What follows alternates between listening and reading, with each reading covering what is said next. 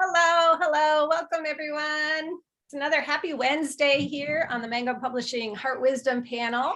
I'm Sherry Richert Belul, author of Say It Now, 33 Creative Ways to Say I Love You to the Most Important People in Your Life. And today we are celebrating Black History Month, and we're talking about such an important topic that is nurturing self-acceptance. And we have two authors who are just absolutely wonderful. It's been a long time since we've had you guys here on the panel. Welcome, Bridgitte, and welcome back, Kelvin. So happy to see you both. And we have a special treat because Bridgitte has offered to open up our circle today with a meditation to get us all here and centered. So, Bridgitte, shall we? Yes, I'm ready.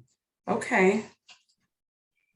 So let's start by having everyone close their eyes and settle into their seat. Feet planted firmly onto the floor. Palms resting on your thighs facing upward for receptivity.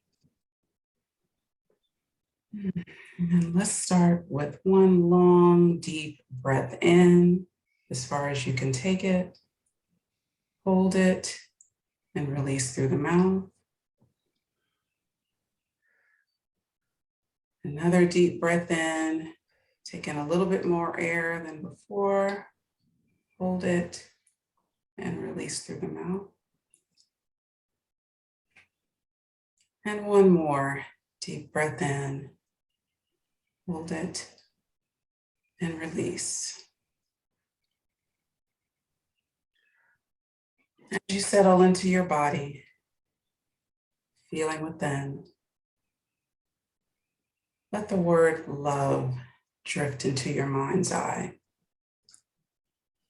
Simply see it, feel it, feel the expansion and lightness of being when you hold love in your awareness.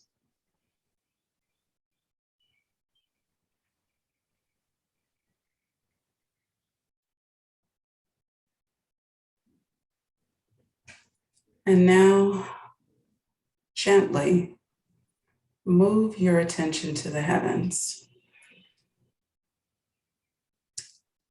And here you'll see a bright, brilliant, iridescent white light. This light, this loving, benevolent force that is in, of, and behind all things, is here to further connect you with love. In your mind's eye, once again, see this bright light beginning to cascade downward. And as you take a breath in, see this light coming in through the top of your head, through your crown chakra, moving within to inside your body.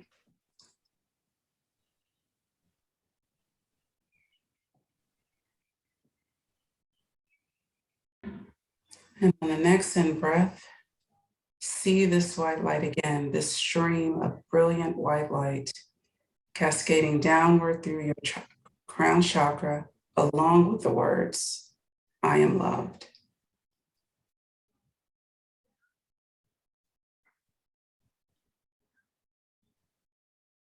And one last time, gaze at this brilliant white light again as it streams downward through your crown chakra into your body, along with the words, I am whole.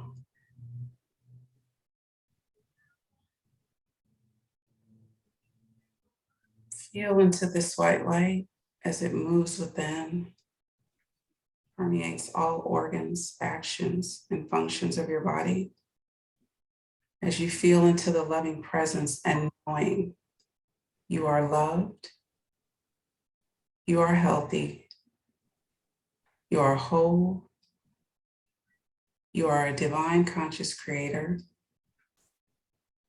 and you are never alone. Feel into this and know that this presence is always there for you.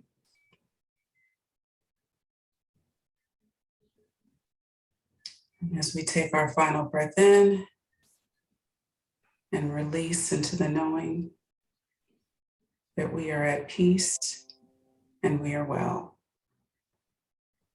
And so it is. And so it is. Oh, Bridgitte, thank you. Wow. It's amazing, isn't it? How a few minutes of beautiful, and your voice was so soothing and guiding us, but just how impactful that can be.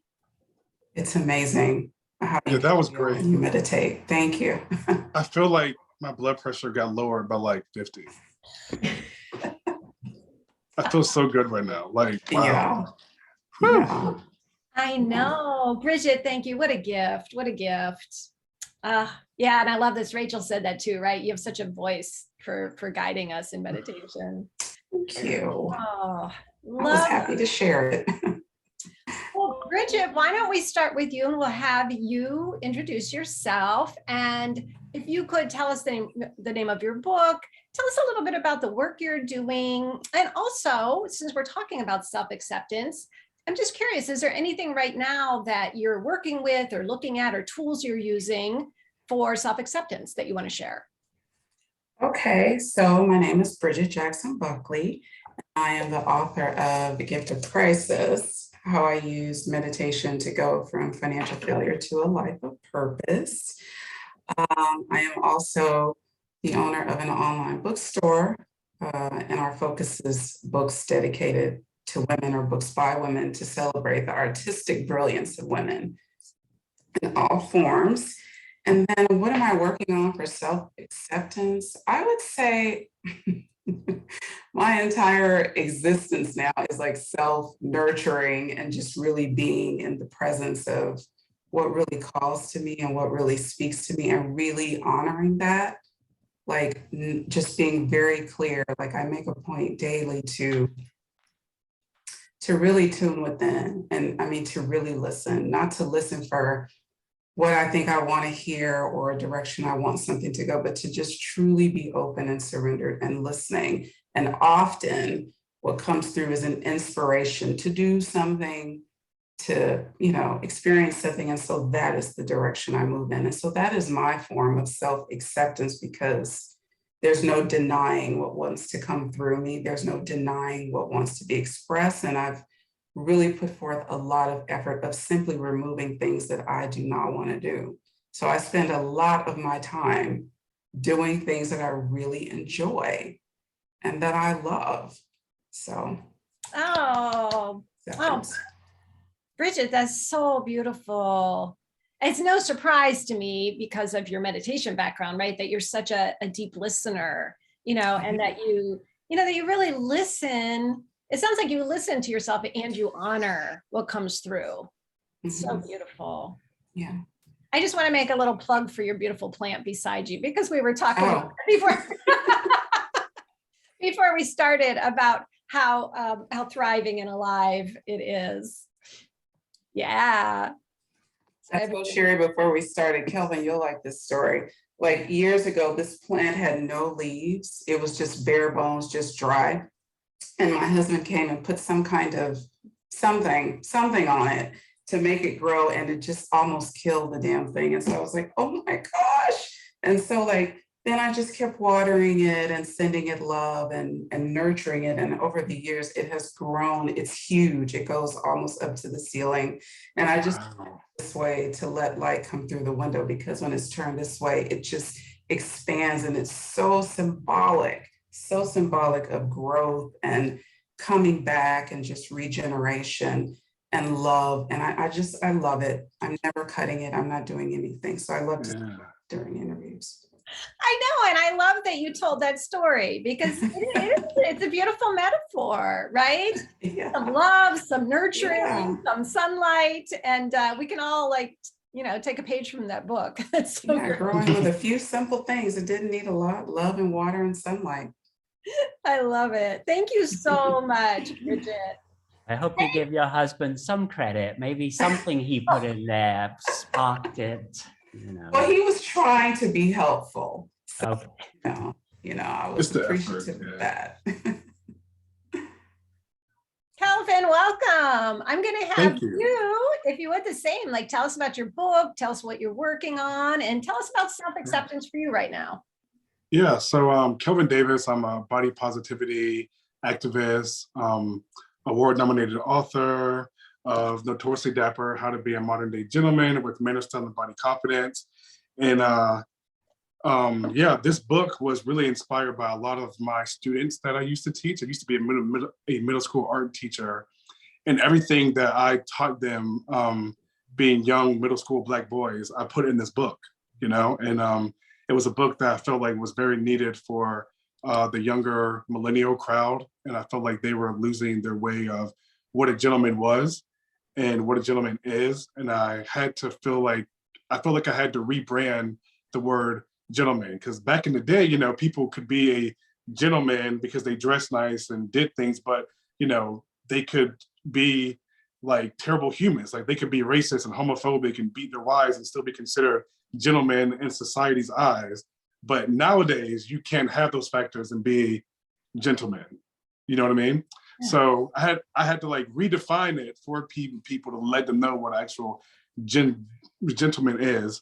And recently self-acceptance for me has looked a lot different. I've struggled with body image my entire life, and once I conquered that in my like late 20s, now being a divorced father of two, I've had to like kind of do like another self-acceptance about the way people view me for being a divorced dad, right? Like I feel like there's a negative stigma that goes along with it, like what did you do wrong in your marriage, or like this and that. So I feel like there's a lot of societal like negative perception on like a divorced dad. So me like trying to just self-accept the fact that I made a decision that was best for myself and best for my family, and that everybody is will be happy, and everybody's moving on with their life, and just like self-accepting that has been a bit of a roller coaster for me recently. So it's quite the journey.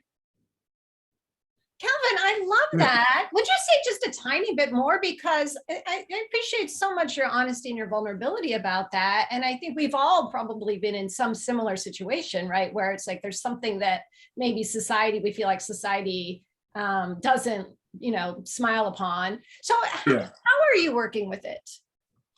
I have like a lot of good friends. I recently started so I've been going to therapy since June, and that's helped a lot. I've never been much of like a therapy type of guy, or like a very empathetic, emotional kind of guy. So, opening up those different traits of my character have been very enlightening for me, and understanding. I mean, the last time I cried before I was in therapy was probably when I was in middle school. I like haven't cried since I was like in middle school maybe. And my like first time crying since then was like in August, and it felt so good to like release that energy. And I don't know, I don't know why I haven't cried since that time. And my therapist was saying, it has a lot to do with the fact that I had struggled with empathy and emotional vulnerability for so long. And now that I'm 34 now, and my oldest daughter is 11, and I don't know, I'm just more in tune with like my feelings, and I'm like very empathetic to what everyone goes through now. When beforehand I'll just be like, oh, just suck it up and move on, like life goes on, right? But it's like, sometimes it's hard for people to like see the picture when you're in the frame. You know what I mean? It's very difficult. So especially for me, like going through this whole transition, it was very difficult for other people to see like the amount of struggle that I was going through, because I still had to put on this public figure persona of being like this happy-go-lucky, like, body positivity activist, influencer, author, model guy. I always had to smile for pictures and be on. And when I went to events, or like when I spoke at schools, I always had to be on and smile. So it was like, have you guys ever seen the movie Inside Out, where it talks about like the different emotions, like joy, sadness, and all those things? Yeah. So I feel like I was joy, because I was trying to do everything to stay happy. And like sadness was like chasing me. Sadness was like trying to get up to me and being like, hey, you need to release this. You need to release this. And then finally it caught up to me. And I feel like all those emotions like came whole. And I feel like a brand new person. Like, you know, like I never really realized how much empathy can go. Like empathy goes a long way.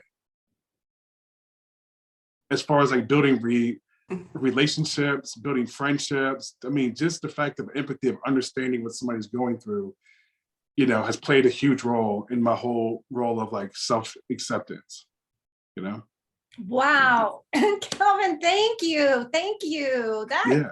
Oh my gosh, that was so beautiful. And there were so many things in what you just said. And I'm going to invite Bridgitte to respond in just a second. But what I wanted to appreciate so much about you is that I do know you as this, you know, happy, you know, influencer, you know, role model. And what you just shared with us right now, like just deepened all of my respect and admiration for you, you know, that you brought in this wholeness, this acceptance of your wholeness. And, you know, I see people nodding, right? Like, I think we all like can relate to that. Like, wow, that acceptance piece is so, that's beautiful role modeling for us. So thank you. Thank you. Bridgitte, I bet you might have something. Yeah, I mean, so much of what you said, Kelvin, I agree with it so much. And it sounds like what you're saying is that you're much more congruent, like what you say, what you think, what you do are in alignment. Because when we are incongruent, it's very difficult and it's exhausting because you are putting on a public face and it's like this image, this persona, and it's not the real you. Like you're just trying to keep up appearances. And it's like this time that we're living in right now, everything is rising to the surface, things that have not been dealt with, unprocessed emotions, unhealed traumas, wounds, everything is coming up. No one is escaping it. And so it's not until you really look at that stuff, like you really go in and let yourself cry. And I like that you said you cried, because I have thought, gosh, sometimes I probably could use a really good cry. I haven't cried in a long time. It would be it's so cathartic and so healing. So I really, that spoke to me, but it's just a beautiful thing because this also it speaks to authenticity. And we really need more authentic people, because when you're truly standing up with your shoulders back in your own authenticity, congruent, you're showing up whole and you're bringing all of yourself to whatever interaction, experience, environment. And it's just, when you do that, other people see it and you just don't even know like the long-term rippling effect that you can have with other people watching you simply be an authentic being who loves himself enough to show up as he is. So I totally love everything that you said. It's just so important right now. Thank you. Thank you. Yeah. Bridgitte, I just want to echo something you just said, which was loving ourselves enough to show up as we are. That's so powerful, right? Like loving ourselves enough to, like Kelvin just demonstrated, you know. And I kind of feel compelled to see, because we just jumped right in, and it's such a beautiful conversation. I feel compelled to ask if anybody wants to bring something into the conversation or a question. Well, I've been thinking about how, to me, like Kelvin represents and represented realness, like body positivity. You don't have to be like super skinny, you know, look like you're genetically engineered to be beautiful and awesome and fashionable and stylish and a gentleman and a badass and so, but then like at some point he had to like represent like sort of a role model of that realness. And then he sort of had to like almost like hide behind that representation or the role model facade, and then like had to like hide his own feelings but because he is so much about realness, he had to come out with it. Like I'm trying to, like, I know didn't even explain that like in the English language, but hopefully you guys like got a little bit of what I meant, that that's who he is reminding us all that we can be our authentic selves. We can be real, you know, just who you are is good enough. Love that. Then there was like little the catch-22 that he had to represent that so much that he always had to smile and look great for shots and look fly, like when he was talking to the young men and in schools. And then like he couldn't like just be, but like it came bursting out because that's who he is. Yeah. So yeah, and it also speaks to that sometimes it's these uncomfortable situations that push you. Mm-hmm. They really are there not to push you into the corner where you're, you know, huddled up crying like I'm the victim, oh woe is me. I mean, things can be very difficult, and there may be a time when you need to go through the crying and the processing and all that, but the crisis, whatever it is, the divorce, whatever it is going on in your life, is there to show you that there's something else, there's another way. And your way that you have perhaps been perceiving events and viewing the world and viewing other people, viewing you, something needs to shift, you know, and it depends on your openness to it. If that shift is going to be something where you come out like the butterfly coming out of the cocoon, or are you going to, you know, choose to just stay in there and kind of shrivel up, so to speak? So I like this whole realness, Brenda, and the authenticity, because it's truly self-empowerment. And Mm-hmm. it's just so powerful when other people see it, because they could be saying, oh, wow, he's doing it. I really like that. You know, maybe I'll have the courage to try this thing I was afraid to try, or go this place I've been longing to go. Just these little nuggets that we get from each other. I mean, we all are each other's teachers. We're all just walking each other home. Mm-hmm. For sure. And walking each other home, that's such a beautiful phrase. I haven't heard that. That's beautiful. Mm. It's one of my very favorite. It's a Ram Dass quote. Okay.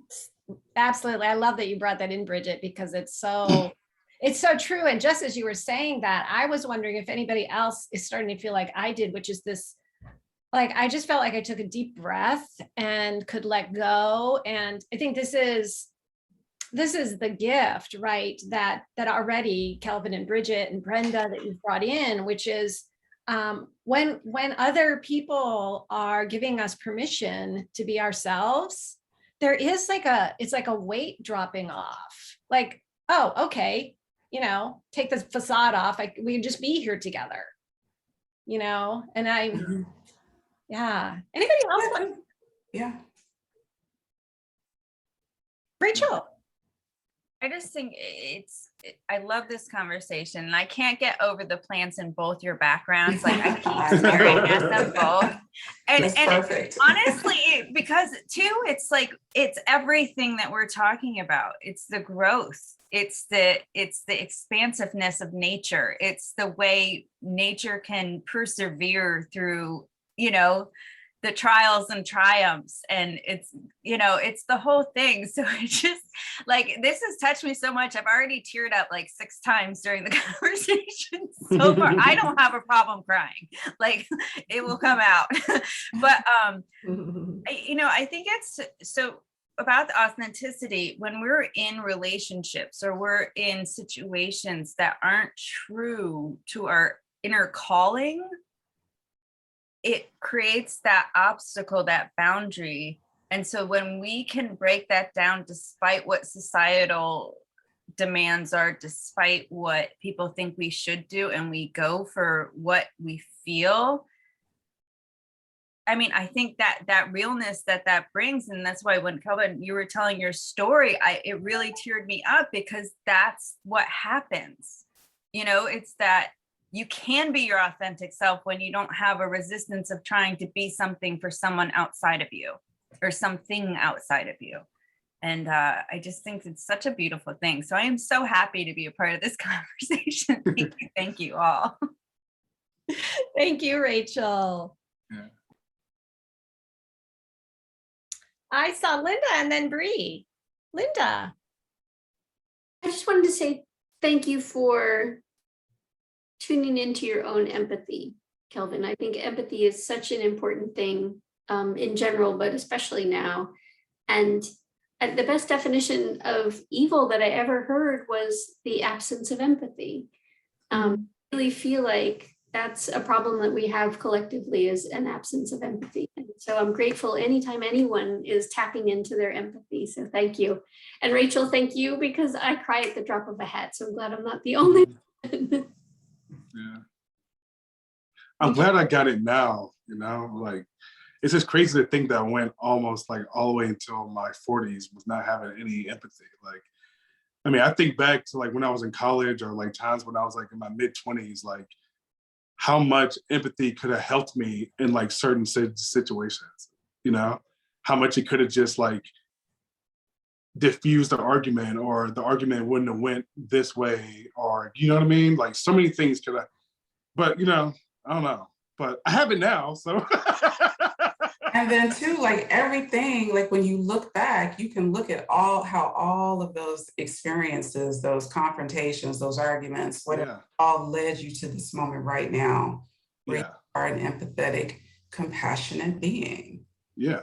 And they all bring you that. And that just speaks to that nothing is futile. Nothing is wasted. And there really is no reason to, feel guilty about what you didn't say or have all of this regret, because everything contributes to the becoming. Yeah. For sure. Of who we all say that we want to be. And so I definitely hear and recognize gratitude in your voice, because I feel it too. When I look back on experiences of my life, I'm like, gosh, I'm so happy. I mean, would I want to go back and do it again? No, I don't think so. But I can look back on various experiences and say, if that had not happened, then I would not be sitting here with this willingness, this openness, this compassionate for other people who may be suffering, to recognize that we are all one. Everybody is dealing with something, and that judgment really has here. So, we can use it all. Yeah, sure. Especially like I feel like more men. I know you had it like all along, because I read your book twice and edited it, and I remember like one of my favorite parts was like unconditional, unconditional love, and that you had that from the beginning. But it could be that just like at this juncture in your life, you're allowing it to surface more, to just be more right on your skin. Yeah. And isn't that what this is all about? Like, life is a journey through our consciousness, and we're here to remove the blocks in our mind to the awareness of love's presence. Yeah. Wow. I know. Geez, strong. Man, Bringing it. Jeez. I just wanted to, I know Bree had something did you have something you wanted to? A little bit. Going off of Kelvin's Inside Out Disney Pixar movie, it kind of reminded me about the latest movie Encanto, where it's basically about a family who can do all these different wonderful things, but they each have their own little struggle with who they are versus who they should be for the benefit of other people. Sorry for spoilers for anyone who hasn't seen it. But all the plants and stuff reminded me of this one character who can control flowers, and she's supposed to be the prodigal, like she's supposed to be the perfect granddaughter, the perfect flower, but inside she's actually a mess, and she's struggling with that. Like, she can't live up to everything. She has so many things going on, but after talking with her sister and stuff, she realized, I can be a mess, but I can be me in a mess, and that's beautiful.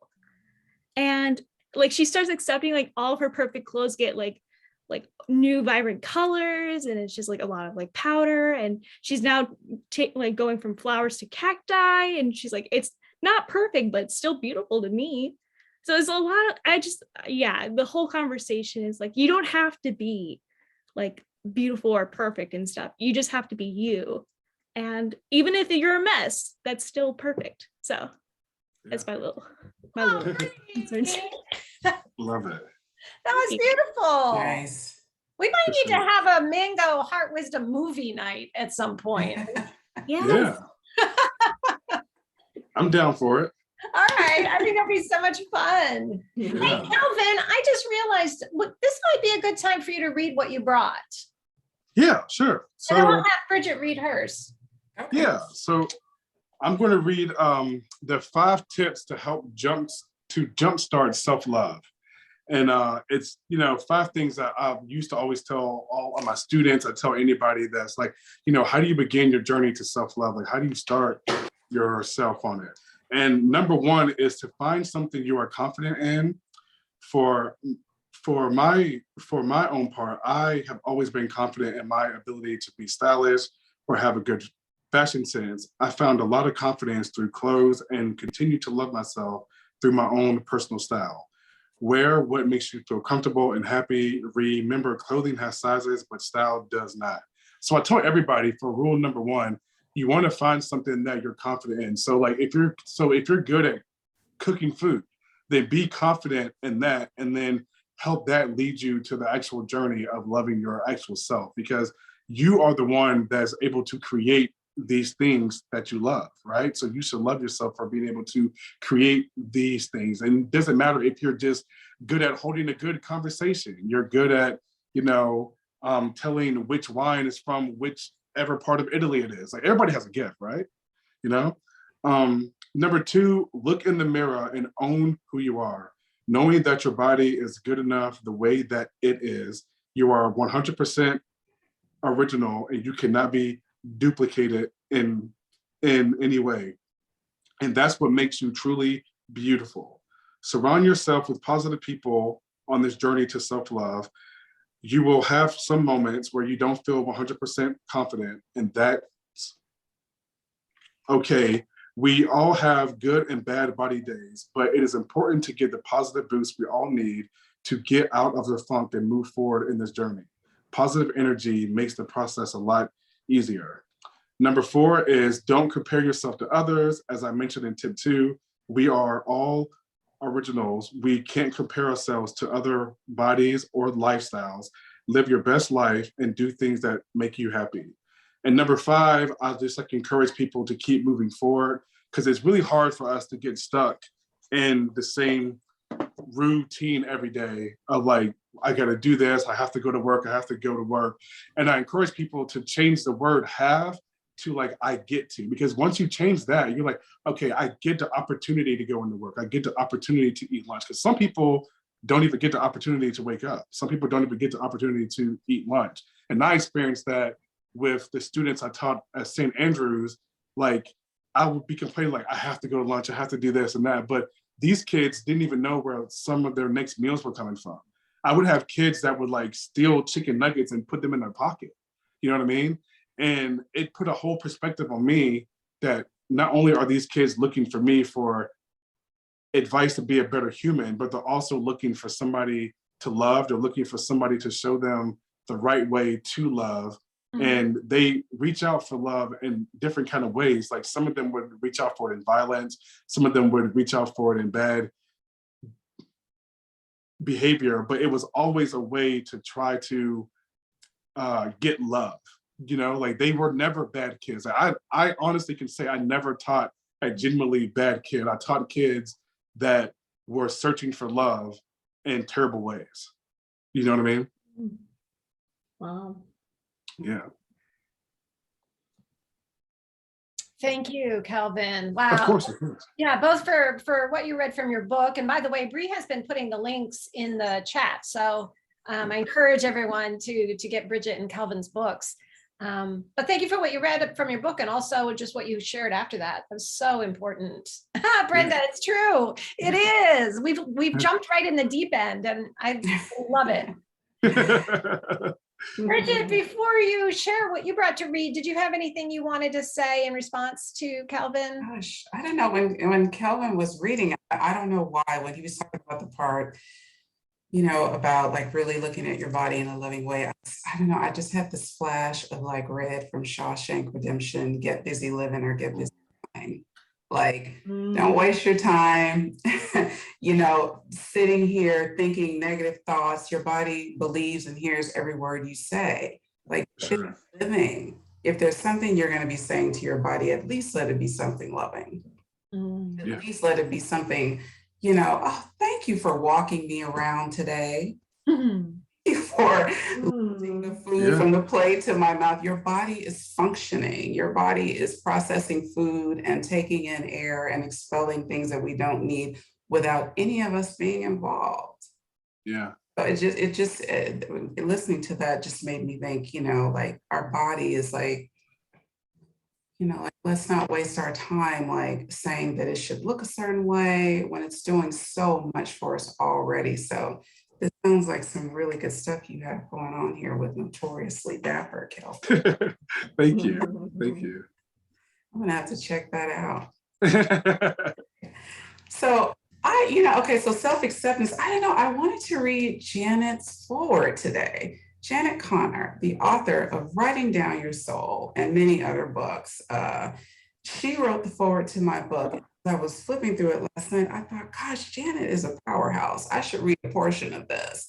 So extract what you will and how it applies to your life. And of course, she's talking about crisis, and what we can do with it in our life. Here's the most important thing I can tell you. It's not a crisis, it's a crossroads. You can continue to walk the well-trod path of anger and blame. You know that road.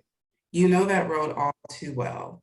You know how it feels and you know where it leads.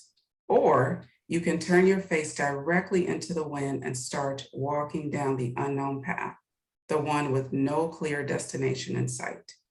If you do turn into the wind, here's what will happen. You will discover that the answers you so desperately seek are not outside you and never were.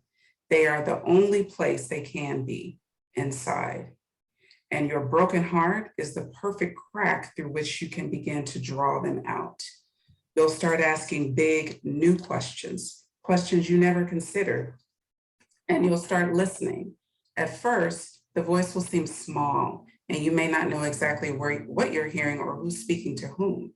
But if you persist, you and your loving, wise voice will build a relationship that overflows with trust and love. Then one day, the strangest thing will happen.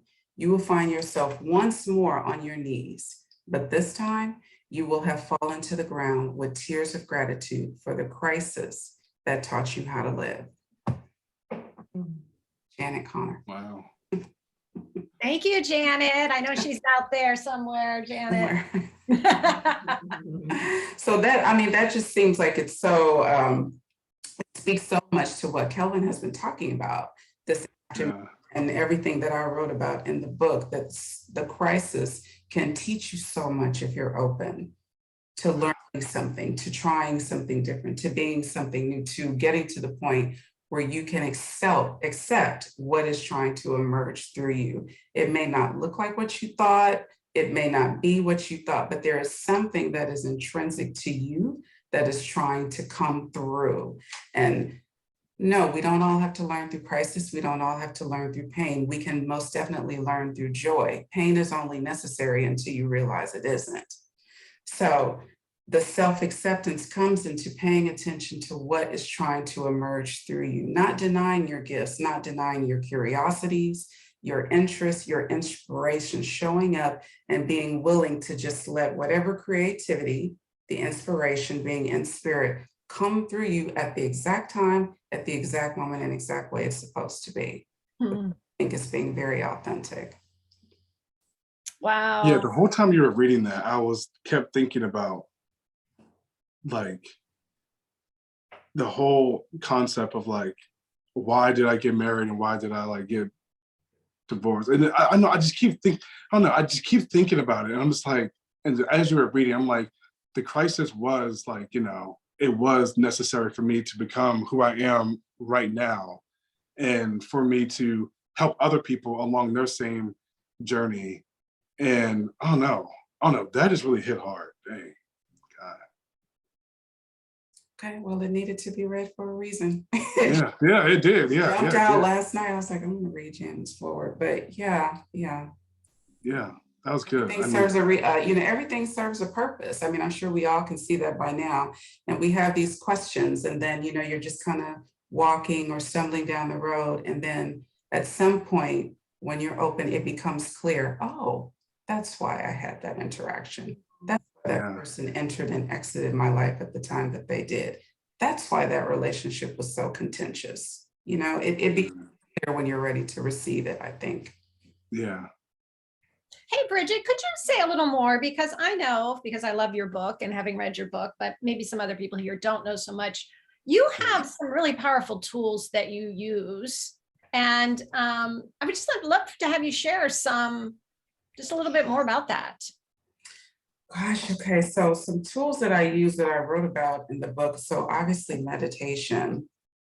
So meditation is it's very powerful, whether you're sitting silently, calling and listening quietly and calling in guidance, connecting with that higher aspect of yourself, the higher presence, and just listening to what comes through without judging it. That's powerful. Guided meditations. All of these things that I'm speaking of, I do them today, and we'll be doing it tonight. Guided meditations, of course, journaling, and also I've been spending a lot of time lately going outside, connecting with nature, just being in the presence of the life force, being in the sunlight, standing near plants, because this planet is a living conscious being. And so us going outside into nature helps us to connect with that even more so, getting out of the Wi-Fi, getting from in front of the computer and connecting with the naturalness of life that is available to us. And another tool is to, be aware of the fact that there is a lot going on. The mind is so powerful. It is the most creative device that we have in this universe. And that your mind can drag you around, like it can just pull you into insanity, or it can lead you to the most loving experiences. But you have to be aware of what is happening in your mind, what you are projecting out into the world. So I will say, like, one tool that is vital is to just look at, what are you imposing? What are you projecting onto a situation and interaction with someone? And turn it around and look at yourself and saying, like, is this bringing up something in me that I'm pushing onto this experience? Be willing to look at yourself. And these practices of meditating, going outside, connecting with nature, journaling, all can help to just ground you, just center you within yourself. And these are things that you want to be doing daily at this point, because the energies are intense. There's a lot going on, and in that centering and grounding, you can have self-contemplation, looking at what you're bringing to your interactions, how you're imposing, how you're giving and receiving love. Thank you. Thank you. Rachel, did you have something? I think. And Karen had something. Oh, Karen. Sorry, I missed you. Rachel, then Karen. Okay. I actually had this from before, because when we were talking, I pulled out this book here because I knew there was a quote in it that fit this conversation perfectly. And I just have to which one is it, Rachel? I just have to read this. Small everyday moments offer the choice of character development, the opportunity to center yourself in conscious decision-making, which leads to a feeling of empowerment as you move towards growth. Read it for us again, please. Okay. Small everyday moments offer the choice of character development, the opportunity to center yourself in conscious decision-making, which leads to a feeling of empowerment as you move towards growth. I love that quote. It just goes so nice. It just goes so perfectly with this conversation that I was like, oh, I have to get it out. Oh my gosh, I love it. I was looking through the book last night and I was like, oh my gosh, I wrote that. Like, did I write that? So gorgeous. But that's like being connected when you're inspired. Like, it could be considered a form of channeling. It's coming through you. You look at it and it's like, oh my gosh, hopefully that would be so helpful to someone. Yeah. Thank you, Rachel. That was beautiful. Hey, Karen. Yeah, I just thank you both for sharing everything that you're sharing. And Kelvin, when you were talking about your own journey toward self-acceptance, it really made me think how lucky your kids are to have that example. And I am a daughter of divorced parents, and we're talking a long time ago. And my own journey toward self-acceptance has been being able to see the gift in my parents' divorce, which it took me a long time to get there, but I did. And it's something that when you can model that for your children, like, let me just put it this way: my parents didn't model that for me. Yeah. And so you doing that is brilliant and powerful. And in case you didn't know that, but you probably do. But if you didn't, I'm just here to reinforce that for you. Thank you. I really appreciate that. Thank you so much.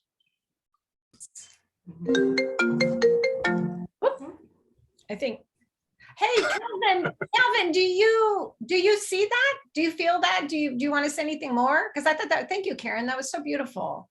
I do. My daughters started going to therapy whenever me and my wife decided to separate. And their actual therapist was like, the way your parents, and especially like the way your dad is handling everything is like, she would tell me, I mean, your girls don't need to come see me for very much longer. I mean, they seem like very fine. They seem like they're very understanding of everything. And I think it had a lot to do with the fact that, I had to learn the empathy and learn, all those different things that happened. And I was very open about everything, about why, the situation happened, and why, daddy wasn't living with them anymore. And, why, they can, and why certain things had to happen the way that it did. And it really just opened up, a way for them to understand with that. Because, a lot of kids have questions when their whole family unit gets broken up. They have questions like, well, why are you moving here? Well, why do we get to stay here? Well, why can we live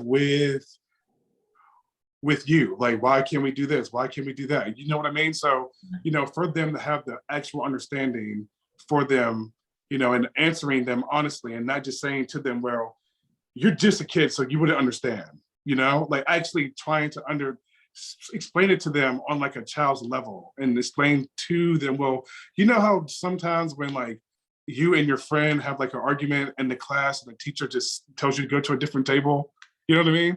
They're like, oh yeah. I'm like, yeah, that's kind of what we're just going to different tables right now. You know what I mean? But it's just more of a permanent table, so they like, they understand that. And, it feels really good as a father that I've done the right thing, and that I haven't hurt my children along this process. Because that was my biggest fear, is that I didn't want to hurt my like daughters in any way. I didn't want them to be afraid of marriage. I didn't want them to be afraid to fall in love. I didn't want them to be afraid to be emotionally vulnerable towards anybody. I didn't want them to have that, and I feel like, they're not going to have it. I feel like they're going to live life, and they're going to fall in love. They're going to get hurt. They're going to be, and they're going to learn on their own. And I think them being able to see what I've done and see what their mother's done, they'll be able to have good examples of how to deal when those things happen, Oh, Kelvin. Yeah. Karen, I know, me too, feel that way. Like, I was thinking right after Karen said what she said, which was so beautiful, that, what a gift, right? It's such a gift, not just to your children, but it is a huge gift to them, but it's a gift to everyone around, that when, like, even in this short hour, the amount of acceptance that's being modeled and how that's such a relief, right? I've just been realizing that it's like when someone has that kind of beautiful self-knowledge and self-awareness and self-acceptance, it takes the burden off of other people somehow. Like there's just this wonderful sense of like, oh, we're just all here together. So Yeah. thank you for that. Of course. Yeah. And my daughter, actually, my oldest daughter was like, Daddy, I haven't heard you like raise your voice in a long time. I said, I know. I was like, I don't That's have a nice. reason to.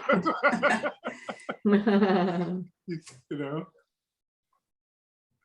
Bridget, did you want to jump in? Gosh, I was just thinking, it's such a gift, when we can really see our children and not see them as go sit over there and be quiet, but you see them as beings that you're teaching, but you're also learning a lot from them too. And I think it's important that you said they will go on, they will love, and that it was important to you to not pass on the trauma, so to speak, pass it on to them. And that takes someone who's conscious when you're really looking at what you're doing and why you're doing it, and really seeing your children and talking to them honestly about what's going on. Children are so smart. Yeah. Oh, they're so smart and they're so perceptive. And even if you think you're being quiet and hiding stuff, they pick up on it energetically. So it's really important to have honest conversations with them, on their level. And it sounds like you're doing that, so. Yeah.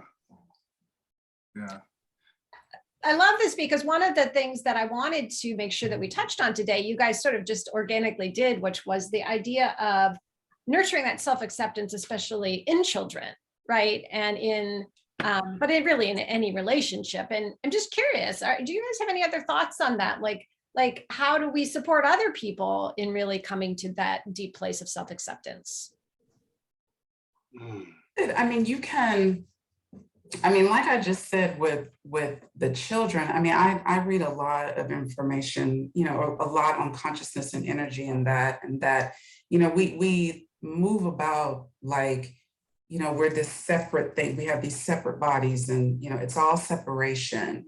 But if someone is sitting across the room from you, and even though you're physically in separate spaces, that person is picking up if you're judging them, if you're looking at them, just vomiting all sorts of, oh, you should be doing this, you're not doing that. They pick up on that. Yeah. You're talking about acceptance.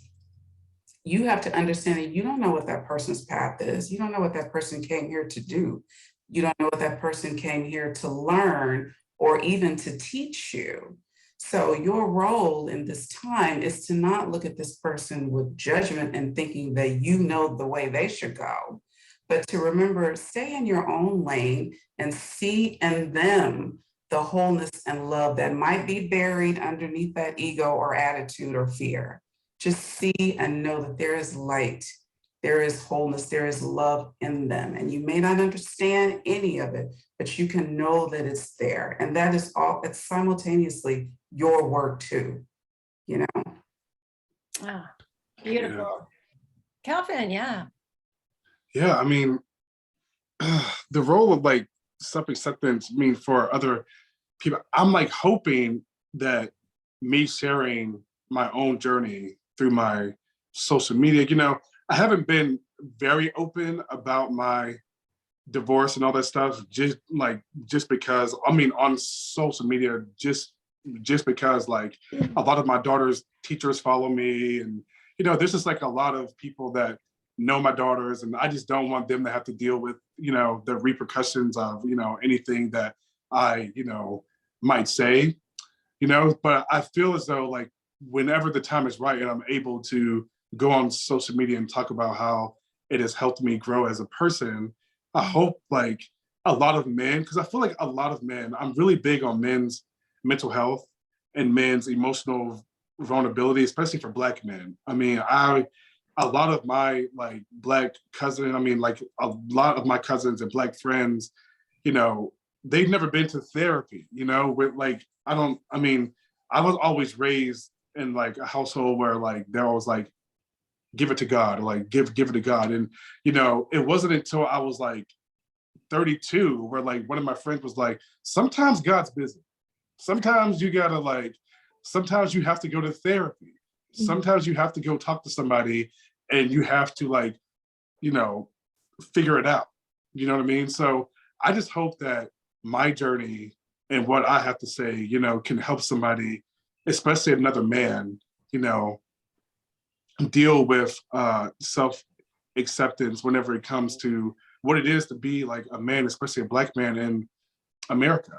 You know, I mean, not only do you have to deal with, you know, the racism and bigotry that exists, you know, with you just existing, but then when you have to go through something like a death or a divorce or, you know, a change of a financial situation, or like, you know, you lost your job because of COVID, you have to deal with that too.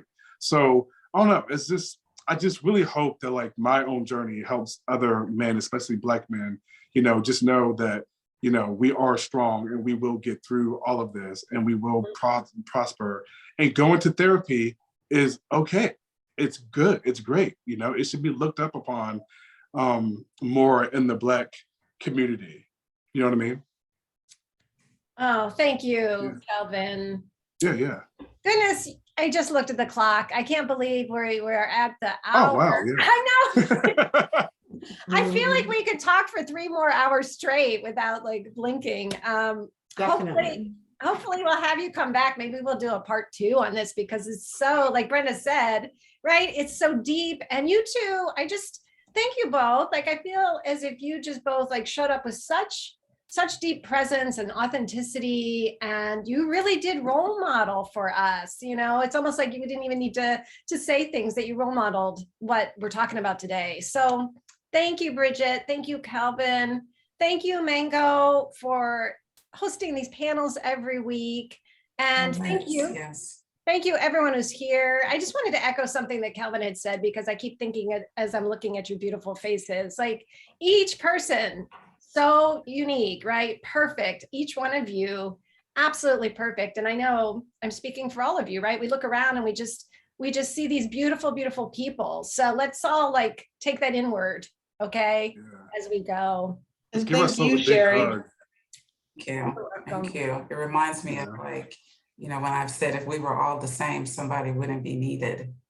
Exactly. Exactly. This was 100%. wonderful. Thank you. It was a pleasure to be here. So happy to be here. Yeah. We're Yeah, here. it was a pleasure. Come back, and we'll definitely have you guys back for a part 2, okay? Yeah, let's do it. Yeah. Of course. Okay. And it was so wonderful to meet you, Kelvin. It was a pleasure to meet you as well, Bridgitte. I know that you sharing your story is making an impact. Just the courage to say things maybe that someone else couldn't say. We impact each other in so many unspoken ways. So I know you're making an impact. Thank you. I really appreciate that. Thank you, And keep being an awesome plant. You're doing great. Seriously, you're doing fantastic. Oh gosh. Okay. Thank you. Yeah. Okay. Bye. Bye, Bye. everyone. See you Bye. next week. Bye. Bye.